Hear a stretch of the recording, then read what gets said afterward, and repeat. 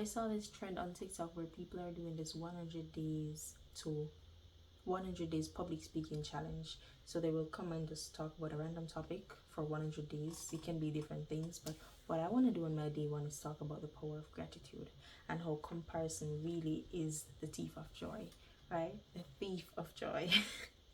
So, okay, I remember, so I got my permit like 2 years ago, right? And I've been trying to get my license ever since then.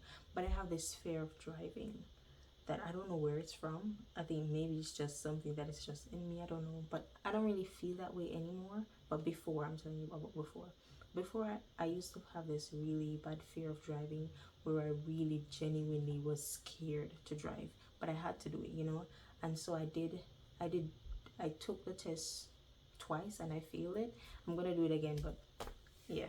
I took the test twice and I failed it. And I remember once I was like thinking to myself, and I was like, there's so many people your age and younger that are getting their license and you can't get your license.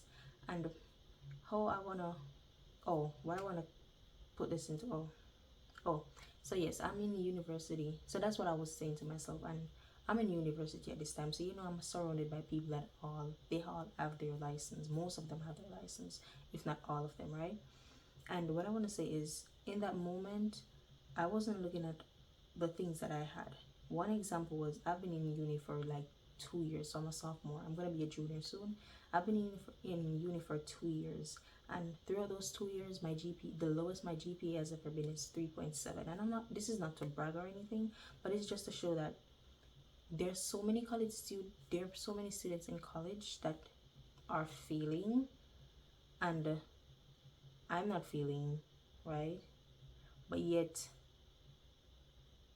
I'm failing in one area of my life, and then I'm making it a big deal because I'm like, oh, you can do so well in school, but you can't drive. That's what I was saying to myself. I'm like, there's so many people that are failing in college, and you have never, your lowest GPA is 3.7. Like, girl, even though I know GPA is not important or anything when it comes to college, but it just shows that even though I'm so good, or so even though I'm like excelling in one area of my life, I'm also not excelling in this area. And because I'm not excelling in this area, I take it and I want to wallow in this defeat, and I want to not look at the positive and look at how much I'm doing for myself. You know what I'm saying? And that just shows that sometimes we need to really sit and be like, God, I know this is not working the way that I want it to work, but at least I have this. You know, I don't have this thing, but I have this. And I'm not gonna say I'm gonna only be grateful that I'm doing well in school just because there's some people that aren't doing well, but I'm just saying that sometimes we're so blinded by the things that we don't have that we don't see the things that we do have.